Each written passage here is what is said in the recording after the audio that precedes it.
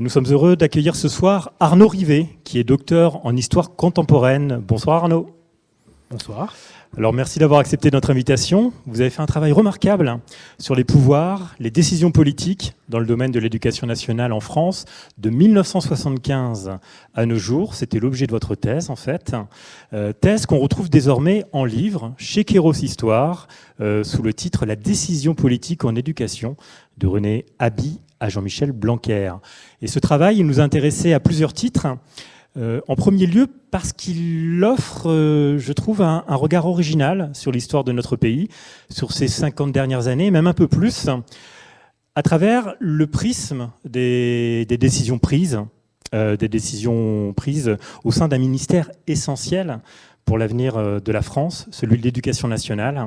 Un ministère qui a vu passer, reprenez-moi si je me trompe, 25 ministres en 50 ans à peu près. Ça doit être ça. Hein. La dernière en date étant la très discrète, désormais, Elisabeth Borne. Absolument. On entend peu parler. On a conscience qu'aujourd'hui, étant donné le contexte international, l'éducation nationale pourrait sembler bien loin des priorités du moment. Et pourtant, il y a tellement d'enjeux autour de l'école. Et on sent bien qu'aujourd'hui, quelque chose ne va pas. Je ne vais pas faire de liste. L'école, elle fait partie de notre vie à tous. On est tous passés sur les bancs de l'école. Nos enfants y sont, nos petits-enfants. Et on a de nombreux exemples dans l'actualité qui nous indiquent qu'il y a un malaise et que ce malaise, il est peut-être profond. Alors, est-ce qu'on peut expliquer ce malaise en faisant le bilan des dernières décennies, en tirant les leçons des nombreuses réformes qui se sont succédées? Ça, vous y revenez bien dans votre livre. Et au fond, peut-être que la question qu'on doit se poser, c'est est-ce qu'on sait quelle école nous voulons? Est-ce que nous savons quelle école nous voulons et surtout pourquoi faire? Alors ce soir, Arnaud Rivet, vous allez nous parler de tout ça. Et ensuite, nous allons en parler ensemble. Arnaud, comme à l'école, où une bonne partie de la transmission se fait à l'oral, vous allez nous parler et on va vous écouter. C'est à vous. Merci beaucoup, Nicolas.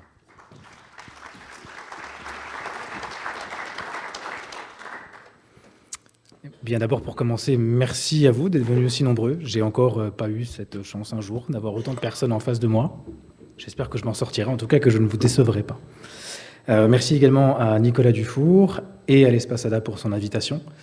J'essaierai de vous passionner un maximum et d'essayer peut-être également après de répondre à vos questions, si je le peux, bien sûr. Ce sera avec grand plaisir, quoi qu'il arrive. Nicolas l'a rappelé, ce livre est issu d'un travail de thèse que j'ai fait pendant 5 années, de 2017 à 2022-2023. Dans la tête de tous, une thèse, c'est 3 ans. Alors ça marche dans les sciences dures. Par contre, dans les sciences molles, on met plutôt 4 ans, 5 ans, voire même des fois 6 ans. Donc histoire, sociologie, tout ça, on n'est pas des férus de guerre, on va dire. Donc on met plus de temps pour écrire sa thèse. Et on choisit des sujets parfois plus compliqués à décortiquer puisqu'on s'intéresse souvent au comportement humain et au cerveau. Aujourd'hui, ce qui nous intéresse, c'est la question éducative en France. La décision politique, des politiques, en ce qui concerne l'éducation. J'avais pu distinguer dans mon travail, je regarde l'écran, il n'y a pas de choses à projeter, 3 grandes périodes, de 1975 à 2019. Pourquoi 2019 ? Parce que, comme je vous ai dit, j'ai commencé ma thèse en 2017, j'ai choisi d'étudier l'histoire immédiate. De 1975 à 1984, j'ai estimé qu'il y avait ce qu'on appelle le temps des unifications. Peut-être certains s'en rappelleront, mais en 1975, c'est la réforme de René Haby et du collège unique. On tente de mettre un petit peu tous les élèves au même endroit, via les collèges d'enseignement technique et les collèges d'enseignement généraux, avec une grosse année charnière en 6e, mais surtout en 5e. C'est une tentative de démocratisation du collège. Certains vont plutôt appeler ça une massification du collège, puisque c'est ouvert à tous. Et en réalité, derrière, on avait cette volonté, maintenant qu'on avait réussi à reconstruire la France, de former une main-d'œuvre qualifiée à ce moment-là. Ensuite arrive le Grand Spulen, en 1984, le grand service public unifié laïque de l'éducation nationale. Une volonté de François Mitterrand et d'Alain Savary de faire un seul service français. Évidemment, n'ayez pas peur, je sais où je suis, on voulait enlever le privé et garder le public en France et faire qu'une seule grande école. C'était un échec. Je reparlerai un petit peu après. C'est aussi la création des ZEP, des zones d'éducation prioritaire, dont on parle beaucoup aujourd'hui et qui sont une réelle réussite. Si elles n'existaient pas, on aurait bien plus de problèmes que ceux qu'on a déjà aujourd'hui. Ensuite, j'ai trouvé qu'il y avait un temps des formations, de 1988 à 2013. C'est quelque chose qui existe encore aujourd'hui, chose rare de nos jours en éducation, tant les choses changent. Mais Lionel Jospin, en 1989, crée les IUFM, les Instituts Universitaires de Formation des Maîtres. C'est à ce moment-là qu'on les appelle plus instituteurs d'ailleurs, ni maîtres, ni hussards noirs de la République au temps de Napoléon, mais bien professeurs des écoles. Certains, peut-être ici, ont été dans le domaine de l'éducation. J'espère ne pas vous faire fruire. Vient ensuite, après la loi de Lionel Jospin, avec des instituts qui s'appellent maintenant INSPE et qui se sont appelés ESPE sous Nicolas Sarkozy, le nouveau contrat pour l'école d'un homme dont vous avez très peu entendu parler sans doute dernièrement, c'est François Bayrou, en 1994, qui n'a pas eu de problème avec l'école privée et qui n'a pas de problème du tout en ce moment au sein du gouvernement. Son projet était très simple, réviser la loi Fallou, j'en reparlerai un petit peu après, et à la fin, alors qu'il voulait donner de l'argent et des crédits au privé, il se retrouve à donner 14 milliards de francs au public via 158 propositions. Ensuite arrive, et là c'est peut-être moins connu, en 2005, François Fillon, un ministre que personne n'attendait là et lui-même ne s'y attendait pas. C'est le socle de compétences. Un ministre totalement absent, pas vraiment d'intérêt à destination de l'éducation. On s'attendait plutôt à ce qu'il récupère le portefeuille de la défense à l'époque. Troisième temps, de 2013 à 2019, le temps des refondations de la lutte contre les inégalités. C'est un combat qu'il pensait être long et qui malheureusement a été, ou heureusement, selon les avis de chacun, écourté par sa propre famille politique. C'est Vincent Peillon, en 2013, qui a tenté de réformer les rythmes scolaires. On voulait ramener, cette fois-ci, le gamin à l'école pendant 4 jours et demi. Lundi, mardi, jeudi, vendredi et samedi matin. Je ne sais pas vous, moi j'ai eu école le samedi matin, pendant un temps. C'était facile pour moi, j'étais à 10 minutes à pied à côté. Je doute fort que ceux qui habitent dans le Saulnois, dans Beachorland, ou du côté de Manoncourt en Wavre, ou pas très loin de Baccarat, ces personnes aient la possibilité d'être à l'école en moins de 10 minutes. J'en doute fort. Arrive ensuite quelque chose d'encore moins connu, Najat Vallaud-Belkacem, qui a acheté énormément d'outils numériques en 2013 pour essayer de ne pas rater le train du numérique. Elle a surnommé le collège le maillon faible, à l'époque, du système éducatif. Et enfin, en 2019, Jean-Michel Blanquer, qu'on retient surtout pour une longévité extraordinaire, due notamment à la crise sanitaire, et qui a été congédié pour diverses raisons, notamment de trop grandes prises de parole également du côté des médias. Il avait été surnommé le vice-président par le magazine Le Point fut un temps, ce qui avait un petit peu fait grincer des dents du côté de l'Élysée, alors que, paraît-il, c'était sa femme qui avait trouvé que le livre-programme de M. Blanquer était sans doute extrêmement intéressant et qu'il en ferait un ministre de l'Éducation. Grande différence avec M. Blanquer, c'est l'un des rares à avoir voulu de ce poste, chose qui n'est pas souvent le cas, même quasiment jamais. Nous avons eu ensuite une succession de records de ministériats écourtés. Pape Ndiaye, Gabriel Attal, Amélie Oudéa-Castéra, Anne Jeantet, aucune expérience en éducation, si ce n'est un cours de cuisine culinaire au Vietnam. Je crois que c'était la députée de la 5e circonscription des Français de l'étranger, me semble-t-il, du côté de l'Asie. Et enfin, Elisabeth Borne. Je pense qu'on a tous un avis sur Madame Borne, je ne vais pas extrapoler là-dessus. Bien, maintenant que nous avons posé le contexte. Le monde de l'éducation est un monde très particulier. Déjà parce qu'il offre un point commun à nous tous. On le connaît. On le connaît parce qu'on est allé à l'école, ou du moins quasiment tout le monde. Et parce qu'on y est allé, on se sent légitime à donner un avis sur ce système. Je suis convaincu que vous, tous, dans cette salle, au moins une fois dans votre vie, vous avez prononcé des phrases où vous disiez « je pense qu'il faudrait mieux faire comme ça ». Je ne suis pas d'accord avec tel élève, avec tel enseignant, avec tel personnel éducatif. Ou même mieux, ou pire, de mon temps, c'était pas comme ça. Nous avons donc un avis qui est totalement différent selon les générations. Ce n'est pas un problème. Mais parfois, peut-être, c'est l'esprit critique que nous avions à l'époque, qui manque peut-être aujourd'hui. Le fait d'avoir tous été élèves ne nous légitime pas à pouvoir forcément dire « il faudrait faire comme ci, il faudrait faire comme ça ». Au temps d'une Coupe du Monde, on est tous entraîneurs de football. Et pour autant, est-ce qu'on est obligé de connaître par cœur parfaitement un domaine pour s'estimer légitime de le critiquer ? Faut-il être docteur pour être ministre de la Santé ? Faut-il être retraité pour pouvoir instiguer une réforme ? Je n'en suis pas convaincu. Par contre, nécessairement, plus on connaît un domaine, et certainement que plus juste sera notre raisonnement. Alors on a eu une succession d'experts en épidémiologie durant le Covid-19, qui n'avaient aucun diplôme, bien évidemment, Mais l'éducation a cette particularité de pouvoir toucher tous et tout le monde. La deuxième chose inévitable en ce qui concerne l'éducation, c'est un vase clos. C'est un monde très particulier.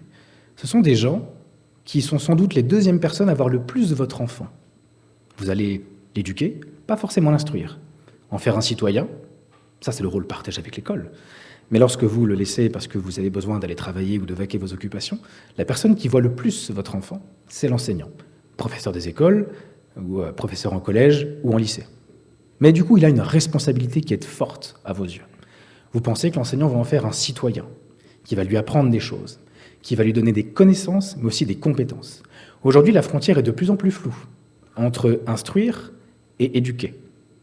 Jean-Pierre Chevènement, lui, il avait donné un cap, phrase que vous connaissez tous. Il faut que les prochaines générations, 86% d'entre elles, atteignent le niveau bac. On a largement dépassé ce stade depuis 15 ans, 18 ans. Il faudrait peut-être un autre cap. Il avait eu un autre avantage aussi à l'époque, c'était qu'il ne s'immisçait pas dans la pédagogie des enseignants. J'ai été professeur pendant 1 an dans un village où il y avait plus de collégiens dans l'établissement que d'âmes dans ce village. C'était à Ancerville, tout au fond de la Meuse, juste avant Saint-Dizier.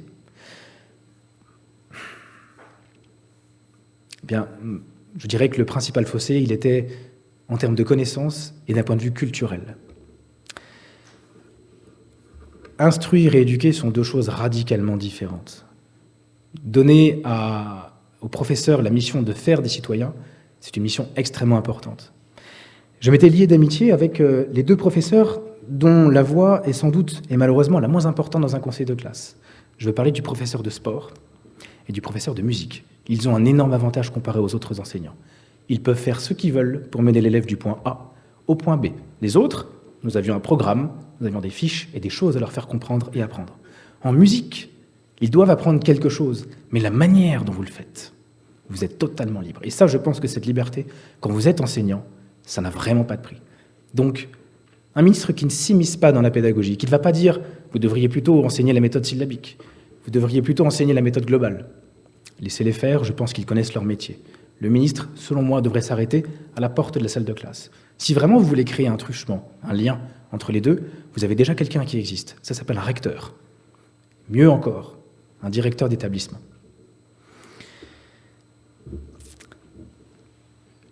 Les enseignants sont également des personnes, et il n'y a ni terme péjoratif ni terme amélioratif dans ce que je vais dire, sont également des personnes particulières. À l'instar d'un doctorant qui va quand même avoir l'ego suffisamment gonflé pour croire qu'il va se poser une question et tenter d'y répondre en plus, un enseignant a suffisamment de coffre pour se dire qu'il est capable de monter sur une estrade pour enseigner à une trentaine, parfois un petit peu moins, parfois un petit peu plus, d'élèves. Bon, parfois un enseignant en fait trop. Quand j'entendais pendant le Covid que les enseignants avaient le métier le plus difficile, non. Non, ceux qui étaient dans les hôpitaux avaient un métier bien plus compliqué. L'enseignant a un rôle primordial et essentiel auprès de l'enfant, c'est certain. Mais il a aussi ce pouvoir que d'autres n'ont pas. Vous ne verrez jamais un infirmier ou un docteur être en grève. Par contre, vous verrez un enseignant être en grève. Et il a tout à fait le droit. Pourquoi ? Parce que l'un des problèmes principaux en France, c'est qu'il y a un manque de considération à destination des enseignants. Il ne faut pas non plus critiquer à ce point, mais il faut aussi parfois savoir les défendre. Oui, il y a un souci en termes de rémunération auprès des instituteurs, des professeurs, bien évidemment. Mais il n'y a pas que cela. Dans une manifestation, dans les différentes archives que j'ai pu éplucher, il y avait une pancarte qui m'a marqué. C'était écrit dessus « Réformer, c'est détruire ». On a des habitudes dans le monde de l'éducation auxquelles on n'aime pas toucher. Les syndicats ont ce réflexe de toujours défendre ce qui est acté, de refuser ce qui peut venir, mais dès lors que c'est quand même intégré, on n'y touchera plus quoi qu'il arrive. Avec certains, on peut plus discuter, le SGN, CFDT, le FSU. FO, Sud, c'est déjà plus compliqué quand même de se mettre autour de la table pour discuter avec eux.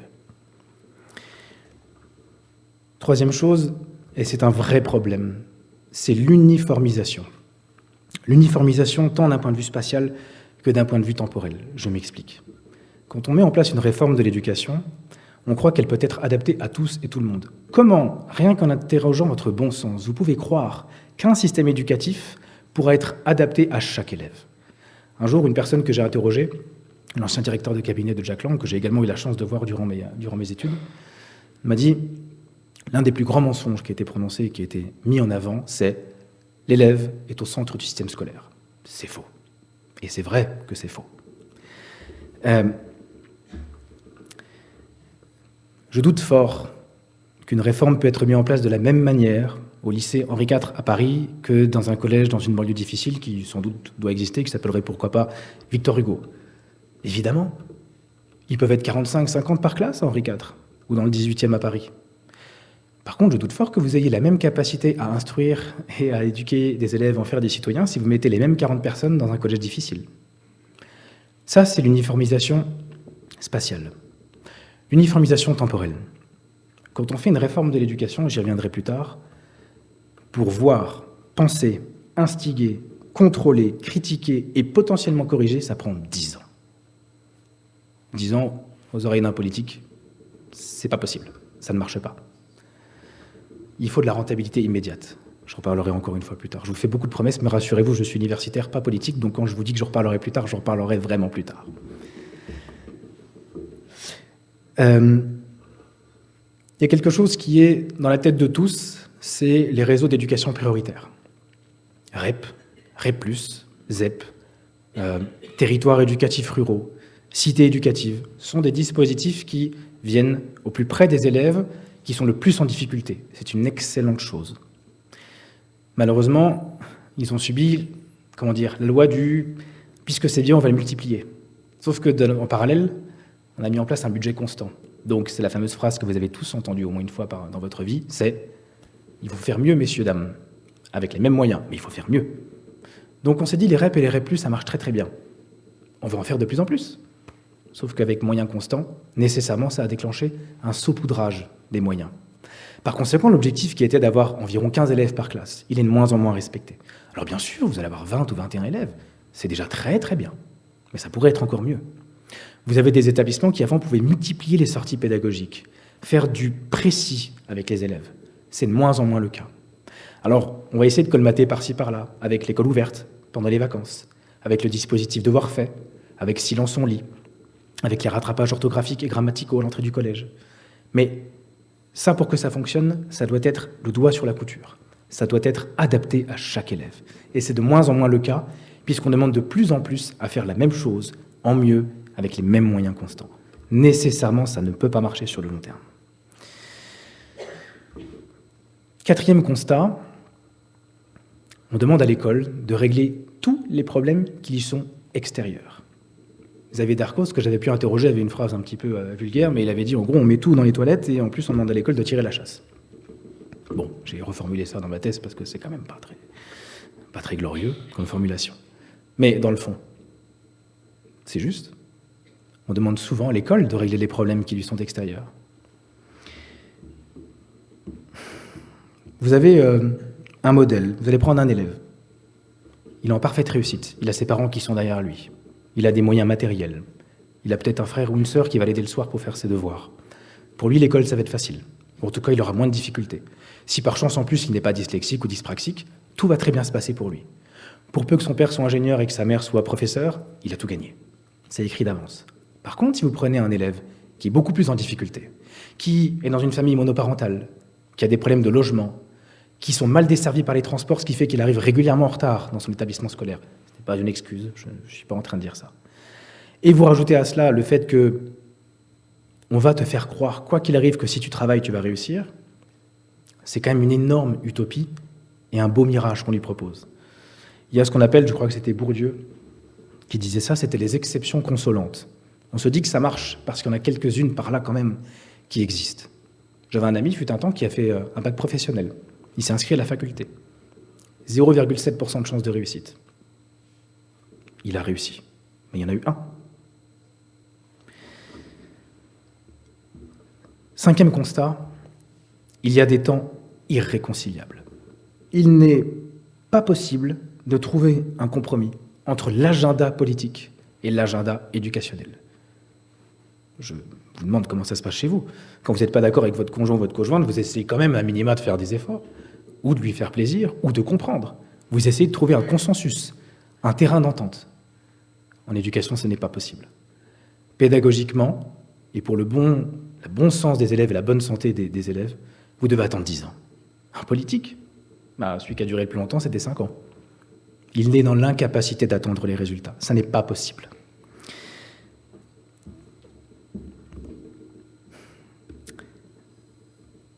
Sixième constat, bien que ça existe dans d'autres domaines, il y a une absence quasi totale de clivage gauche-droite dans le monde de l'éducation. Alors on a souvent tendance à croire quand même que la gauche s'estime seule légitime à réformer, ce qui est totalement faux. Mais surtout, on se dit surtout que la droite va s'occuper du budget et que la gauche va s'occuper des moyens humains. Alors oui, on se souvient de Nicolas Sarkozy qui avait dit quand même qu'il fallait déposer le bilan des zones d'éducation prioritaire. Sa dernière déclaration sur la considération des enseignants, notamment des professeurs en moyenne section de maternelle. Et on a également cette personne qui a supprimé 60 000 postes dans l'éducation nationale, qui ont été réintroduits par François Hollande plus tard pour différentes raisons. La gauche n'est pas seule légitime à réformer. La droite aussi a fait des lois. La droite aussi a fait des décrets. Et depuis Macron également, au centre, ça existait. Mais sous la droite, le nombre de zones d'éducation prioritaire a augmenté. Sous la droite, il y a parfois eu des créations de postes. Et sous la gauche, on a parfois totalement délaissé le problème éducationnel. Il n'y a pas d'appartenance idéologique ou historique à la gauche ou à la droite en matière d'éducation. Aucune. Septième constat, j'en parlais tout à l'heure, il n'y a aucune rentabilité politique à réformer l'éducation. Je vous ai dit tout à l'heure, dans une manifestation, j'avais vu une pancarte « Réformer, c'est détruire ». On a tendance à s'accrocher aux habitudes. Il y a 3 manières de gouverner. Immobilisme, réformisme, désamorçage. Désamorçage, c'est très simple. Halte au feu. Jack Lang qui est appelé après la phrase terrible de Claude Allègre sur le fait de dégraisser le mammouth. C'est d'une injustice terrible, cette phrase. Elle n'a pas été prononcée en public. C'est une conversation privée qui a été rapportée par la personne à qui elle était destinée. Elle est sortie, il a dû s'excuser, ça n'a pas marché. On appelle Jack Lang, qui plus tard aura le double portefeuille de la culture. C'est le pompier en service. Vraiment. Pompier en chef, on éteint tout. Immobilisme. Deuxième méthode pour gouverner l'éducation. On ne fait rien. On ne touche à rien. C'est suffisamment le bazar. On va éviter d'attiser les flammes. Ça, c'est Gabriel Attal dernièrement. Communication parfaite. On dit ce qu'ils veulent entendre et surtout, on ne fait rien. Alors quand Amélie Oudéa-Castéra a prononcé cette phrase malheureuse, quand elle dit qu'elle ne mettra jamais ses enfants dans le public, elle a ruiné en une phrase le travail d'1 an et demi de Gabriel Attal en termes de communication. D'ailleurs, il suffit juste de regarder la tête qui tire à ce moment-là. Vous avez parfaitement compris que... il se demandait d'où est-ce qu'elle sortait, finalement. Un homme politique, nécessairement, un jour ou un autre, a l'ambition. L'ambition politique d'aller au plus loin. Charles de Gaulle disait « Viser toujours la place la plus élevée, c'est nécessairement la moins encombrée ». C'est certain. Un jour ou un autre, un homme politique, quel qu'il soit, aura forcément en tête cette idée de devenir président ou d'avoir le plus de pouvoir. On en rêve la nuit, on y pense le jour, le matin, le midi, le soir. François Bayrou, que j'avais pu interroger, m'avait dit, dans une grande mansuétude et d'un grand élan de modestie, François Mitterrand voyait en moi, à travers mon regard, le jeune socialiste révolutionnaire qu'il était dans sa jeunesse. Suite à quoi il a enchaîné, j'ai sans doute été l'un des meilleurs ministres de la Ve République. Convaincu que 85% des enseignants avaient voté pour lui en 2012, lorsqu'il faisait 17%, et qu'il était la 3e force politique du pays, ce qui n'est plus vraiment le cas aujourd'hui.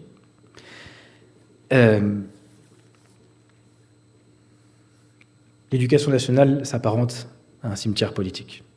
J'ai des exemples et des contre-exemples, mais je vous invite à appeler Benoît Hamon, par exemple. François Fillon également. Il n'était à pas grand-chose d'être président, je vous l'accorde, il a fait 2-3 petites bêtises. Il a visiblement oublié que quand on était un personnage public, on avait des responsabilités publiques.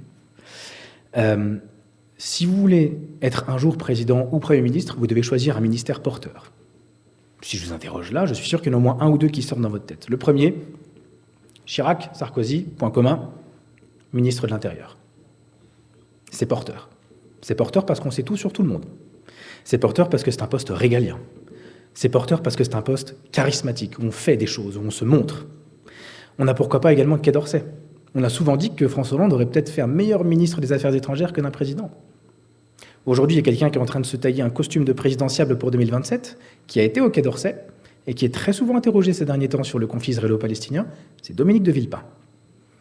Je ne suis pas divin ou devin, pardon, mais si vous voyez son nom pour les potentiels candidats à l'élection présidentielle, ne soyez pas surpris. Il y a également une grande différence entre une personne qui veut être à ce poste et une qui ne veut pas. Le seul à l'avoir voulu très récemment, c'est Jean-Michel Blanquer. Il est resté 5 ans et 3 jours. Bon, la crise sanitaire a quand même fortement aidé, on avait nécessairement besoin de stabilité à ce moment-là. Mais c'est quelqu'un qui est resté extrêmement longtemps, contrairement à un certain François-Xavier Ortoli ou Pompidou, qui est resté, je crois, 4 jours. Quelque chose comme ça. Bon, bref, on a 2 records l'un en face de l'autre. Jean-Michel Blanquer voulait être ministre de l'Éducation. Il a fait toute sa carrière dedans. Il était recteur de Guyane, il était directeur général des services de l'Éducation, il était au cabinet de Xavier Darcos, de Luc Châtel. Il était présent partout. Il voulait ce poste, contrairement à d'autres qui étaient là par défaut. Sauf certains. Chevènement avait envie d'être là. J'ai eu la chance également de pouvoir le contacter. C'est une personne qui est très fatiguée, physiquement, mais surtout qui est très fatiguée qu'on le réduise à son seul poste de ministre de l'Éducation. C'est quelqu'un qui était à l'intérieur. C'est quelqu'un qui était à la défense. C'est un grand monsieur, Chevènement. Il n'a pas fait que l'éducation. C'est pas que les cours d'enseignement civique. C'est pas que le cap des 80% de génération qui doit avoir le bac. C'est pas que ça, Jean-Pierre Chevènement. Il y a également autre chose, c'est le poids politique. Alors, je sais que Mme Borne a dit très récemment que même si elle ne connaissait pas tout au monde de l'éducation, c'était pas un problème. Bon, dernièrement, la communication du gouvernement, c'est pas terrible. Et vu certaines déclarations d'Emmanuel Macron, je peux comprendre que certains de ses ministres se sentent toute liberté de dire ce qu'ils pensent. J'arrive à défendre quelque peu Mme Borne. Est-ce qu'un député, est-ce que votre député, si chacun de vous allez voir votre député parce que vous avez besoin de son aide ou besoin de sa sollicitation, est-ce qu'il va être capable de connaître le domaine pour lequel vous allez l'interroger? Non. Mais d'ailleurs, on ne demande pas à un politique de tout savoir sur tout. On lui demande de prendre les bonnes décisions au bon moment. Et ça, le seul moyen de le faire, c'est d'être bien entouré. Donc, ne pas avoir de connaissances, c'est pas forcément un problème. Mais quand même, ça permet d'avoir du poids politique. Parce que vous avez toujours 2 ennemis en politique, c'est vos adversaires connus, classifiés, écrits, et ceux qui sont juste derrière vous. Alors croyez-moi, ceux-là, c'est les plus dangereux. Mais ça, je pense que vous le savez déjà. De 1975 à 2019, il y a des grands thèmes qui se dégagent. Et il y en a un qui n'est pas du tout clivant, qui met tout le monde sur le même piédestal, qui ne suggère aucun débat, la lutte entre l'école publique et l'école privée. On n'y a plus jamais retouché depuis 1994. Pourquoi? Parce que c'est un sujet volcanique. Parce que les Français ne demandent pas à ce qu'on y touche. Les Français, en grande partie, c'est pas pour une raison de religion, c'est pour une raison de liberté de choix. C'est tout. J'ai quelqu'un qui m'a dit récemment aussi, que j'avais interrogé durant ma thèse, alors c'est une phrase un peu violente, le privé disparaîtra le jour où le public fera correctement son travail. Peut-être, peut-être pas. Ils peuvent faire très bien le travail tous les deux. Je rappelle quand même que le premier enseignement en France, il était privé, il était catholique, il était séculier avant de devenir régulier et d'être élargi, et qu'elle devienne gratuite, laïque, ouverte à tous. En 1984, Alain Savary, qui a la réputation de Michel Barnier aujourd'hui, d'être un grand connaisseur de la question, mais surtout un homme de consensus. On demande à un homme capable de faire ça sur un sujet quasiment impossible. Mettre tout le monde dans la même école. Les Français, à l'époque, quand on regarde les sondages, ils n'étaient pas contre l'école privée. Ils n'étaient pas contre non plus l'école publique. Ils voulaient juste avoir le choix. Ce n'était pas une question de croyance, ce n'était pas une question de religion, c'était juste le fait de pouvoir choisir où est-ce que j'allais mettre mon enfant. Tout simplement. Ça, François Mitterrand ne l'a pas vraiment compris. Pourtant, il était issu du privé. Son père était enseignant. Mais les laïcs radicaux souhaitaient absolument que la gauche supprime radicalement l'enseignement privé. Était-ce une bonne ou une mauvaise idée? J'ai un avis personnel sur la question, mais si je vous donne un avis scientifique, visiblement, c'était pas la bonne. 10 ans plus tard, François Bayrou, que vous connaissez, 1994, réveille un volcan endormi. Le volcan du privé et du public. On avait des millions de personnes dans la rue en 84. C'est absolument terrible. Jacques Chirac s'en donnait à cœur joie, Delanoë également. On avait tous les syndicats, on avait le SNALC, on avait également les syndicats de gauche et les syndicats de droite qui criaient au scandale. Des gens de droite qui disaient « mais c'est inadmissible d'entendre des choses pareilles », des gens de gauche qui étaient radicaux, qui voulaient absolument effacer l'éducation privée. C'était vraiment extrêmement violent. 10 ans plus tard, François Bayrou, visiblement qui n'a pas compris la leçon, se dit « Tiens, il y a une loi Fallou qui m'intéresse ». La loi Fallou, pour faire très simple, c'était si jamais un établissement d'enseignement privé souhaitait rénover ou faire certaines choses comme projet pédagogique, il avait le droit de solliciter les collectivités publiques pour le faire. Si un projet coûtait environ, on va faire très simple, coûtait 100 €, ils avaient le droit de demander au public de subventionner jusqu'à 10%, donc 10 €. François Bayrou voulait passer de 10 à 100%. Quand on sort d'une lutte publique-privée, je vous laisse deviner comment ça a été très très mal vu par les Français de manière générale. Critiqué à droite, critiqué à gauche, critiqué de toutes parts, il finit par devoir rétropédaler alors qu'il voulait passer en force, chose à ne jamais faire en éducation. Ne pas non plus demander son avis à tout le monde, parce que nécessairement, il y en a forcément qui ne seront pas d'accord avec vous. Il doit rétropédaler, et alors qu'il voulait donner de l'argent au privé, se retrouve à devoir faire une loi de programmation sur 5 ans, donnant 14 milliards de francs, ce qui est pas mal à l'époque, au public. Et il se tient dans un grand amphithéâtre à Paris pour ses 158 propositions du nouveau contrat pour l'école. Alors là, on a ouvert toutes les vannes. On a tout mis. Vous voulez peindre un mur en blanc? On va le peindre en blanc, c'est vachement bien pour la pédagogie. Vous voulez augmenter les enseignants? On va augmenter les enseignants. Vous voulez augmenter leur rémunération? On va augmenter leur rémunération. Ah, il a tout mis. Ah, il a vraiment... Là, il fallait absolument, pareil, arrêter le feu. J'ai fait une bêtise, les enfants, je m'arrête. Vraiment. Deuxième sujet, et celui-ci dérange lui aussi, c'est les rythmes scolaires. Toutes les études pédagogiques démontrent que pour que l'enfant se développe au mieux, ce sont des semaines de 4 jours et demi qu'il faut. Pas 4 jours. Seulement, il est compliqué pour les parents d'élèves de se réveiller aussi le matin, il est compliqué pour les enseignants de rajouter du temps d'enseignement. Et puis, ça signifie aussi que vous avez moins de temps pour vous. Je comprends, le samedi, on a envie d'être en week-end, tranquillement, et de dire à son enfant, vous êtes en famille.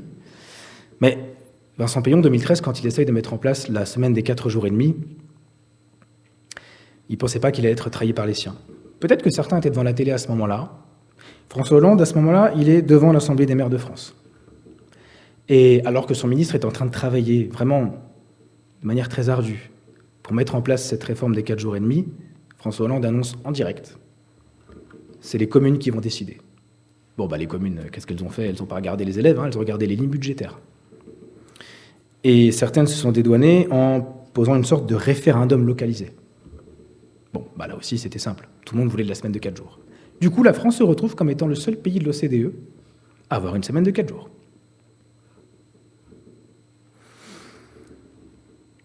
Troisième élément important, le budget. Le budget de l'éducation aujourd'hui, ça dépend, ça aussi, c'est entre 63 et 70 milliards. Mais dire que le budget de l'éducation, c'est entre 63 et 70, ça occulte les 100 autres milliards où les collectivités investissent massivement pour les enfants.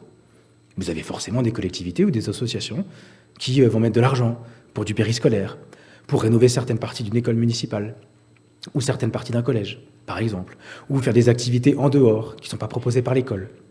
Ça, c'est 170 milliards d'euros par an. Le budget évolue de manière à peu près constante. Pas de grandes surprises, pas de grandes évolutions. C'est un budget qui est considéré comme étant l'un des plus importants. Souvent, les présidents et les premiers ministres et les ministres disent « c'est ma priorité ».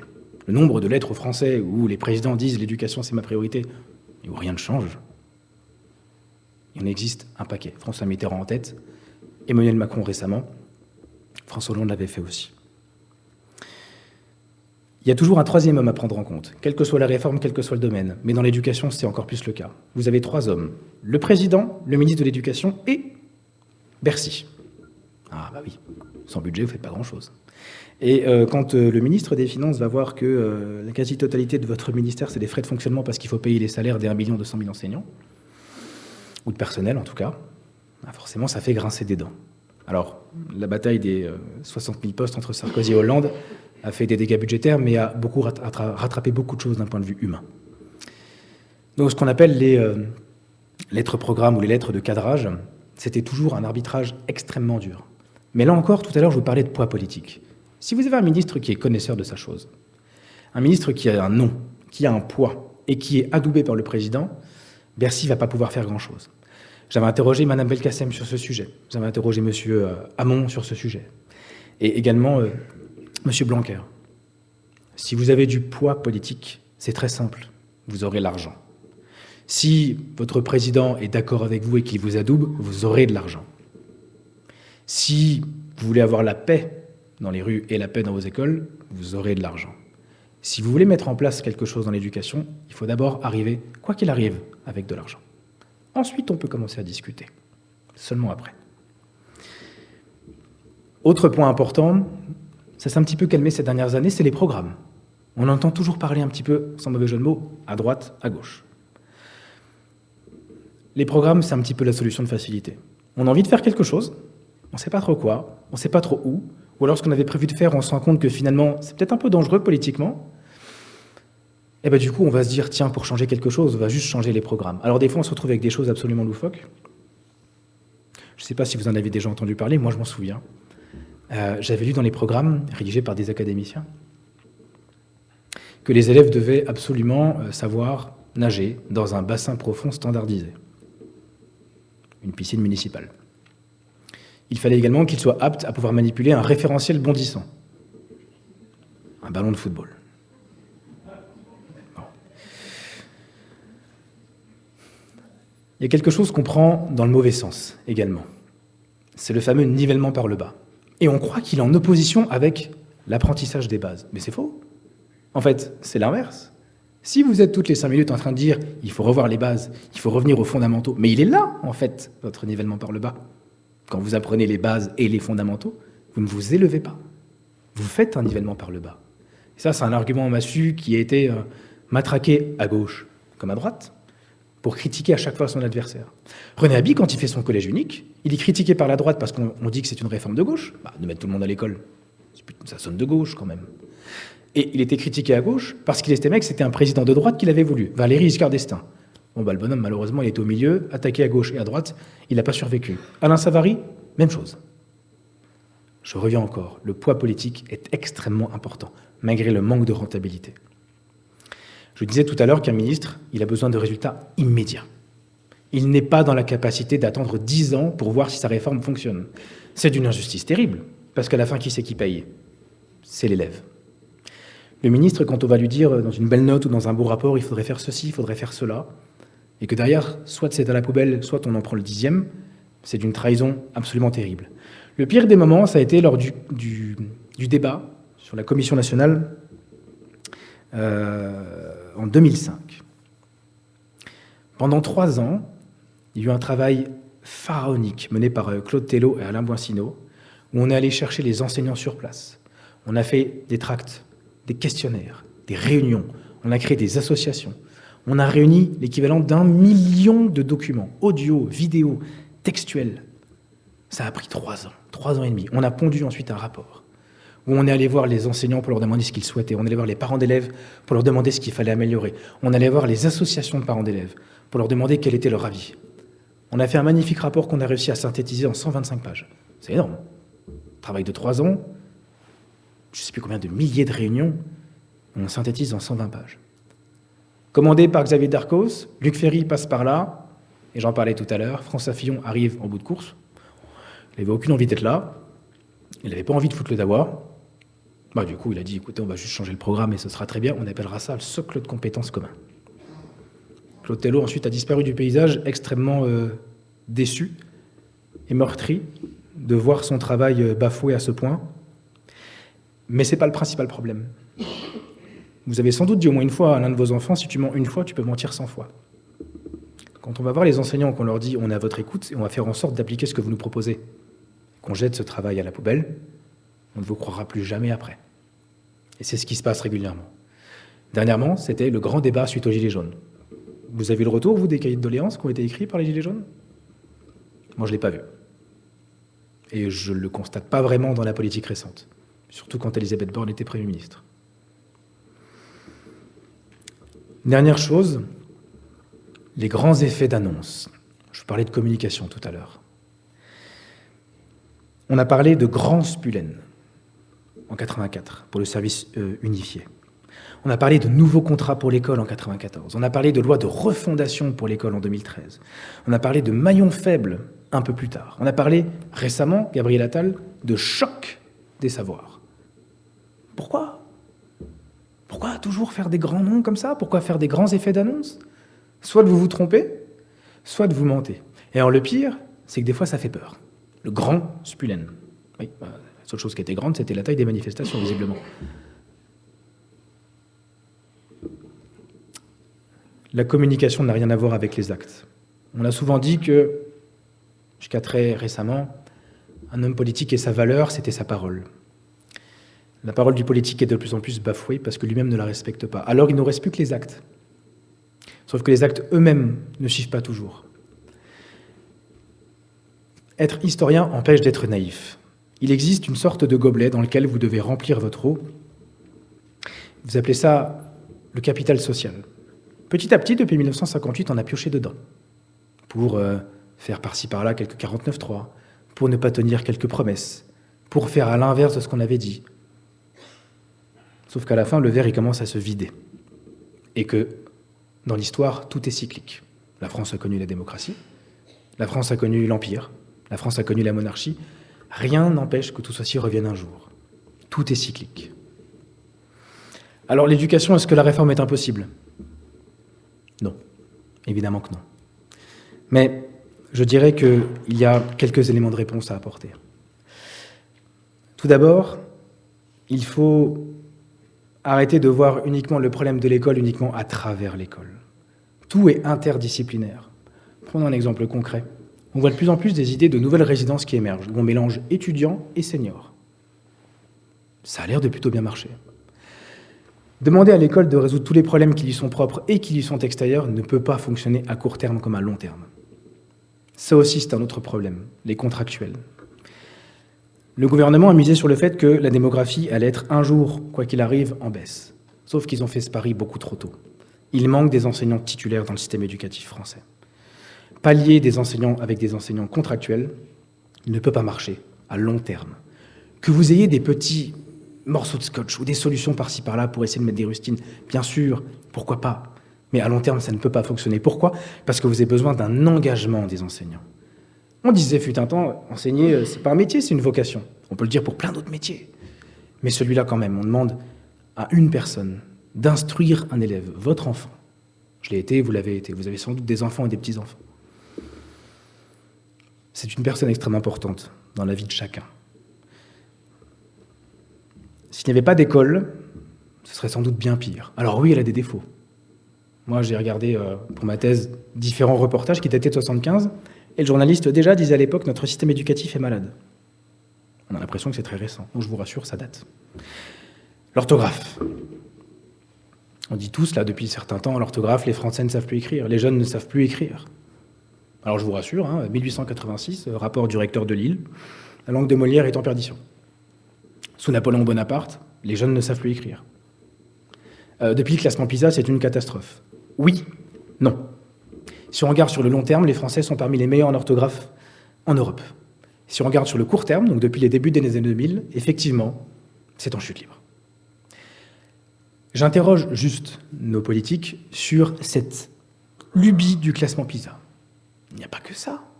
L'enquête Thalys également permet de voir si nos élèves fonctionnent bien, mais surtout, elle permet de voir à quel point les enseignants se sentent considérés. En France, quand vous interrogez un professeur, il estime que 17% de la population l'estime. En Espagne, c'est 45%. Au Portugal, c'est encore plus. Il y a un problème d'affect et d'image auprès des enseignants et du monde éducatif, ça c'est certain. L'école a un problème, mais si elle n'était pas là aujourd'hui, ce serait évidemment bien pire. Autre chose, s'inquiéter des vrais sujets. Qu'est-ce qui a animé la France ces derniers temps? C'était l'uniforme à l'école. On a franchement plus important. Vraiment. La rémunération des enseignants, la place des élèves, le questionnement sur la laïcité. C'est des choses bien plus importantes que de savoir si on doit habiller un gamin en bleu, en rouge, en vert, avec un logo, avec une veste, un pantalon, une jupe. Sincèrement. La dernière chose, et c'est un peu terrible puisque j'ai un affect également quand même pour le monde politique, mais comme je vous le disais tout à l'heure, sans doute que si le politique se mêlait moins de l'éducation, s'il s'immisçait moins dans la pédagogie, s'il s'arrêtait aux portes des salles de classe, s'il faisait plus confiance à ses relais sur le terrain, je parle des chefs d'établissement, je parle des recteurs, je parle du corps pédagogique, je parle de tous ceux qu'on ne voit pas mais qui sont un peu dans l'ombre, les surveillants, les CPE, les assistantes d'éducation, les conseillères d'orientation. On les a totalement occultés. Ils existent. Ils ne font pas tous un travail extraordinaire, mais ils sont là. Ils font partie de la construction de votre enfant et du système éducatif. Le ministre, selon moi, et d'après mes conclusions, doit donner un cap. Il donne une direction. Mais il ne doit pas vous dire comment y arriver. Quand on s'immisce trop, en tout cas dans le domaine de l'éducation, je ne vois pas comment on peut obtenir de bons résultats. D'autant que derrière, comme je vous le disais, la rentabilité politique en matière d'éducation n'existe quasiment pas. Vous avez tellement d'avis divergents, ça ne peut pas fonctionner. Vous avez tellement de syndicats possibles en face de vous, ça ne peut pas fonctionner. Alors, allons-y. Est-ce qu'on devrait radicalement supprimer le ministère de l'Éducation? Certainement pas. Sinon, ce serait la porte à des privatisations massives et à des écoles hors contrat. Mais le politique ne doit pas toujours être omniprésent et omnipotent. Qu'il donne une direction, mais qu'il ne s'immisce pas. N'oublions pas que le centre de tout cela, ça reste l'élève. On prend souvent en exemple les modèles scandinaves. C'est pas tout rose non plus là-haut. Et puis il faut comparer ce qui est comparable. On cite souvent la Finlande, la Suède, le Danemark. Le Danemark, c'est 5 millions d'habitants, 90 communes. La France, 70 millions, 36 000 communes. C'est la moitié des communes européennes, c'est la France. C'est quand même fou, c'est français. 70 millions d'habitants. La culture est radicalement différente. Pour autant, c'est pas pour ça qu'ils n'ont pas de problème. L'un des pays les plus racistes au monde, c'est la Finlande. 43% de la population se déclare ouvertement raciste. N'aime pas forcément la différence. Je ne suis pas certain qu'on veut une société comme ça. Et puis, il faut savoir s'adapter à chacun. Tous les modèles ne sont pas transposables à notre pays. On a une population particulière, une civilisation particulière et une histoire particulière. On ne peut pas toujours s'adapter aux autres ou adapter ce qu'on a vu ailleurs à notre système. En conclusion, le système éducatif français nécessite de plus en plus de changements nécessaires. Et ils sont de plus en plus urgents au fur et à mesure du temps qui s'écoule, parce qu'aucun ministre vraiment ne s'occupe des problèmes principaux. Et là, sur un an et demi, on a eu 4-5 ministres différents. S'il existe au moins un domaine où on doit avoir de la longévité et de la stabilité, c'est celui-là. Alors on l'a eu avec Jean-Michel Blanquer, mais peut-être pas pour les bonnes raisons. Le système éducatif français nécessite une bonne partie de refonte, mais surtout de la stabilité.